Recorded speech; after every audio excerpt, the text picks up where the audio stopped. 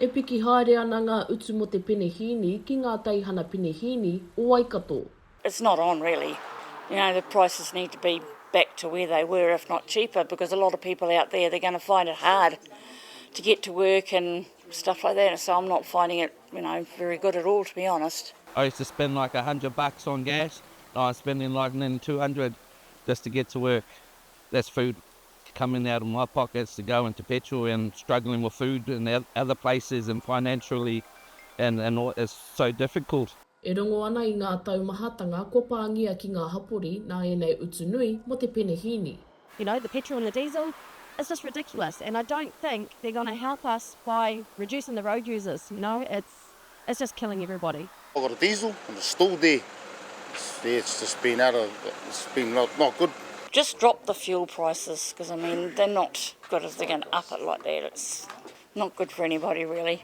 Kei te haere tonu te pakanga ki Irāna, hei tā te minita tuarua mo ngā take pūngao a Shane Jones, e hake I te mea me o horere te motu ki te ekenga o ngā utu mo te penehini, a kei te whairautaki te kāwanatanga kia whiwhi anō I te penehini mai wāhi ke. Me pena, kawarau e haka maumau. Engari tāria te wāka ki te mehe tai rānei e mātou te kāwanatanga te āwhina ki a rātou. E ki te marikana I te utu mo te penehini, a nā te tehi wahine e mea ana, nā ngā mahi māminga I tā hai tehi I te penehini mai tōna waka. Te āhua nei, koe nei ngā hua o te utu nui mo te penehini. E te o ngā kōrero, kua rangona, kua rongo e au titi whānau I Hauraki, rua rau toru te kauma tahi tāra te utu mo te diesel, titi whānau ki Papakura, tahi rau whiti te kauma toru tāra mo te 91. Me te mea anō hoki e tehi o ngā wāhi ki Hauraki, it's a rural community. Nō reira, e tehi o ngā rori ki te Karangahake Gorge, te taia te haere ki runga I ngā public transport.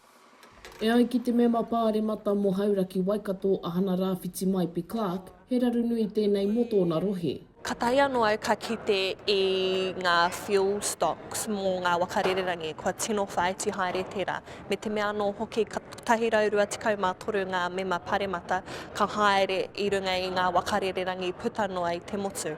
Nā reira, kia au nei, mā mātou e whakatauira ki te motu pewhia te mahi.